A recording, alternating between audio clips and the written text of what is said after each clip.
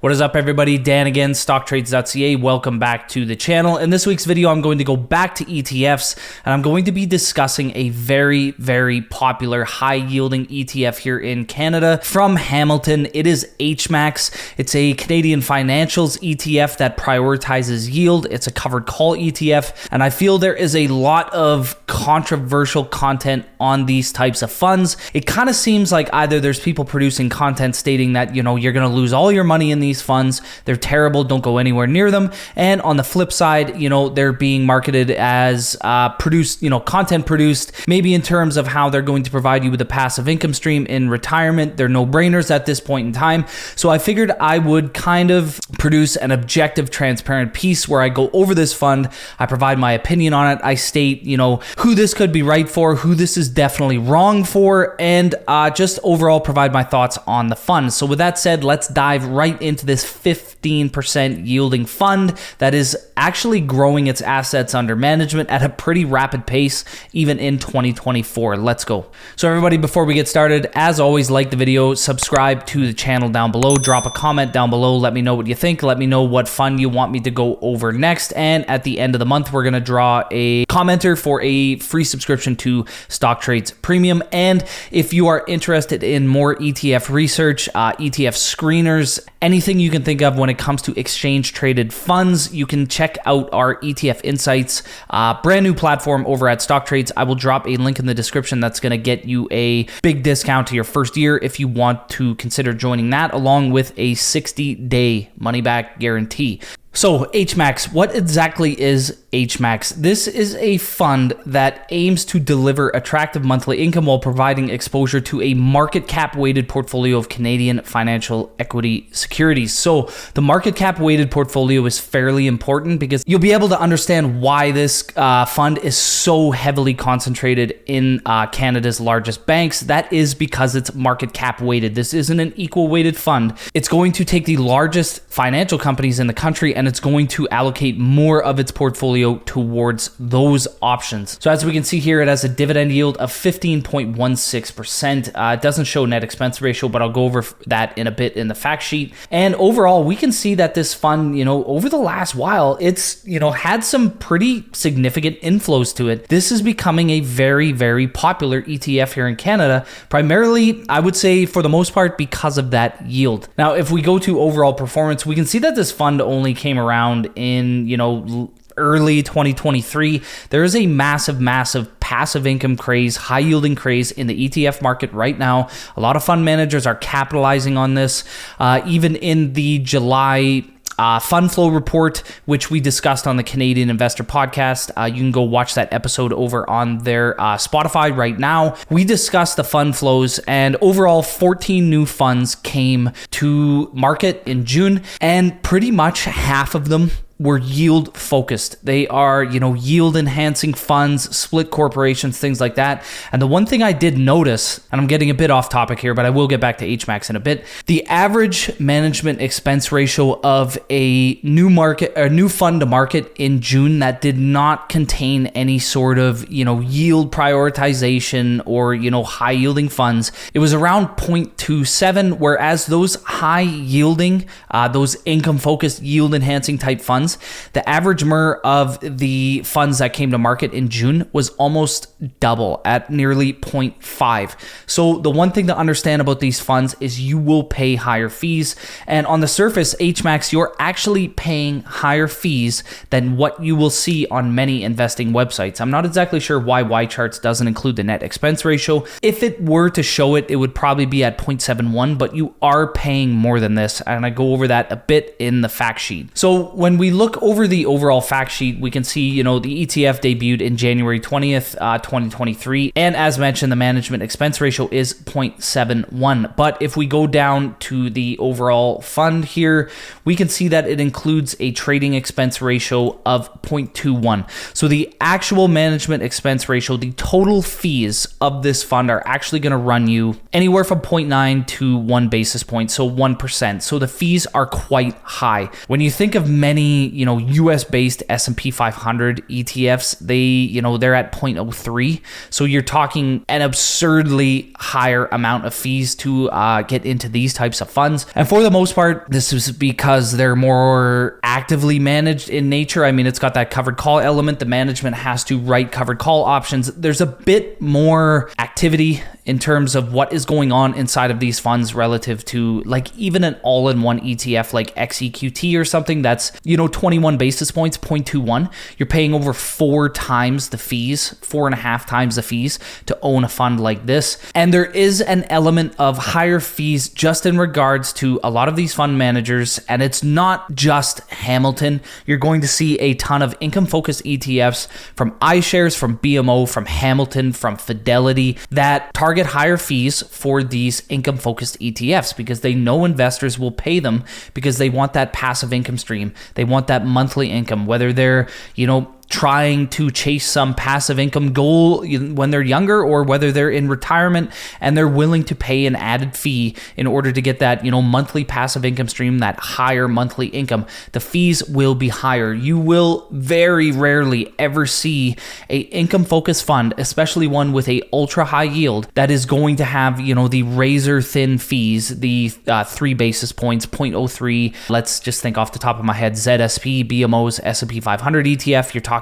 9 basis points, 0.09. This fund would have 10x the fees of something like that. You're not going to get those fees with these high income ETFs. This fee is on the particularly high end. I mean, we can see a lot of covered call ETFs, mostly, in the 50 to 60 basis point range. So this fee is higher, but it also does have a much higher yield. So now that we got fees out of the way, the fee is high. It's higher than it's listed. You're paying $9.20 per thousand invested on an annual basis to own this fund. When we get to the top holdings, this is where I said, this is market cap weighted, so you're going to get a lot of exposure to the largest companies, financial companies in the country. We're seeing nearly 25% exposure to Royal Bank of Canada, 15.5% to TD Bank, 11.4% to Brookfield, Bank of Montreal, 10%, and then we go, down the list until we get to, for the most part, the insurers who are a bit smaller in nature, so they're going to have, 5%, 4.5%, 5% weightings in the fund.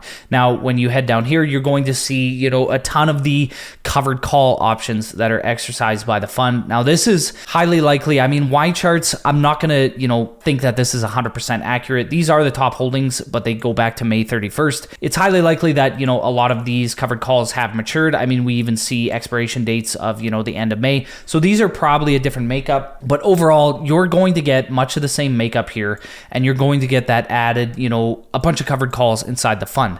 Because what this fund aims to do is write covered calls on 30 to 50% of the fund. I'm going to guess with its 15% yield, it's going to be more on that 50% covered call writing. So essentially what this means is they're going to take half of the portfolio, half of the net assets of the fund that are invested in these stocks, and they're going to write covered call options on them. They're going to collect premiums. And in turn, this is what is going to allow this fund to pay out the, 15% yield. Now, one thing that is maybe not as well known by investors who maybe just target this for the yield, they don't necessarily understand the overall construction of a distribution, is the overall makeup of that from a tax perspective. Now, when we go to HMAX, this would be 2023. And for the most part, HMAX, as you can see here, it paid out, the eligible dividends that it would have gathered by the underlying holdings. It contains financial companies. A lot of financial companies in Canada are high dividend yielders. They're dividend growers. So ultimately, it received the eligible dividends from those companies and it paid it out. But then when we head over here, we can see that $1.66 of $1.97 was return of capital. Now, what exactly is a return of capital distribution? Well, for the most part, it is your initial capital invested that is being returned to you. Now, from a tax perspective, it does have benefits. Return of capital immediately is not taxed. So when you receive return of capital in a taxable account, it's not taxed. What it does is reduces the overall cost basis of your holdings. And ultimately, this is because it is money that you have invested in the fund that they're returning to you. Realistically, you shouldn't really be taxed on something like this. So as a result, it's tax-free when you receive it, but it's going to reduce the adjusted cost basis on your holdings. So in the future, you might have an increased capital gain, or maybe even if the fund does very poorly, you might have a reduced capital loss. So the return of capital distribution, it's not optimal. You don't really want to see this. I mean, you really, for the most part, want to see these funds generating distributions, whether it be from capital gains, eligible dividends, even, foreign income to a point. You don't want to see a gigantic amount be return of capital. And for the most part, Hamilton's max funds, we should call it, particularly their HMAX, which would be a utility fund, 87 cents out of $1.04 in terms of return of capital. As I mentioned, the HMAX, big return of capital. And one of the primary reasons for this is these funds need to maintain some sort of distribution yield relative to what they've kind of banked on paying out. I believe HMAX aims to pay out 13% plus. Now, if you aim to pay out 13% plus and you don't end up paying out that amount, like say you pay out 7% or something like that, investors are obviously going to be upset by this. So when the markets are lagging, this fund will often pay out return of capital to maintain that distribution, which optimally is not the best distribution you want to see as an investor, unless you are very, primarily doing this from a tax perspective. You want the best taxable distributions possible, then maybe it makes a bit of sense. In the event of a market drawdown, this fund is highly likely not going to be able to pay out that target distribution from its capital gains, from its covered call options, from its eligible dividends. So in turn, it's going to pay out return of capital. And when we look to HMAX, that taxable information I would have showed you is from 2023. So when we look at this fund in 2023, it did not perform very well at all. And this is not necessarily HMAX's fault. Financial stocks did not perform very well in 2023. And when I talked about HMAX and the large distribution in terms of return of capital back to shareholders, utilities didn't perform all that well in 2023 either. So as a result, this fund is not going to be able to, or at least highly unlikely, is going to be able to hit its yield targets. So that's where you see the return of capital from. It's going to generate, probably lower covered call option premiums during these drawdowns. Generally, the higher the volatility, the more covered call option premiums you can generate, and just the overall market drawdown kind of adds to this element. So from a distribution standpoint, we need to understand that this 15% yield has to come from somewhere. It will come out of the assets under management. It is the exact same as a stock. When an ETF pays a distribution, when it goes X dividend, X distribution, it will come out of the assets under management, which will be reflected in the ETF unit price. That is because an ETF unit price is much like a stock in the fact that it is simply the fund's assets under management divided by the number of ETF units outstanding. You're going to get the ETF unit price. So when the distribution is paid, that AUM will drop, the price of your ETF will drop. It's the exact same as a stock. When it goes X dividend, it is marked down. This is not, a lot of people don't believe this to be true. It happens whether you like it or not. It will happen to your funds. Now, how exactly has HMAX held up? Well, not very good at all. This is partially because of the drawdown in financials, but this is also partially because the fund is writing covered call options on almost 50% of the portfolio. So we can see here, since its inception, it's returned 6% total returns. This would have required you to reinvest the distributions, while the TSX has earned around 15.49%. The only funds that I could find that are a relative comparison to HMAX, because it's so unique, is CEW. This is the iShares Equal Weight Bank and Lifeco ETF. If we look to total returns from these two funds, we can see that, since inception, HMAX is around that 6% mark, whereas the iShares fund CEW has returned about 16.74%. So on an annualized basis, this works out to be about a 7% annualized difference. Now, the thing is annualized returns aren't as important now because the fund has such a short, shelf life. It hasn't really been around that long. But overall, this equal weight fund has outperformed it by quite a bit. Now, that said, it's equal weight. The banks have struggled quite a bit. The life insurers and the P&C insurers like Intact, Manulife, Great-West Lifeco, they've done very well. Because HMAX is a market cap weighted fund, it's going to have a lot more exposure to Canada's big banks because they're much bigger than the insurers. So as a result, this equal weight portfolio, the performance likely isn't that apples to apples because the equal weight situation has put more insurers inside of CEW that have performed better. However, if you're just looking for an outright, bank and life insurer, P&C insurer exposure, CEW has performed better. Now, the one thing is, a lot of people, it only yields around 4%, and it does have, high fees. Like I said, these high income ETFs, they typically run higher fees. So you're earning 4% dividend versus 15, but to be honest, you could just own this fund and sell off units to kind of, even out that distribution and generate the income you want to generate. This is something that a lot of people don't understand they can do. You can sell units to generate income. It is really not that big of a deal. A lot of people are so worried about their underlying share count when in reality, a fund or a stock that grows at a faster pace than one or another, you can reduce your overall share count. You can sell off shares to generate income.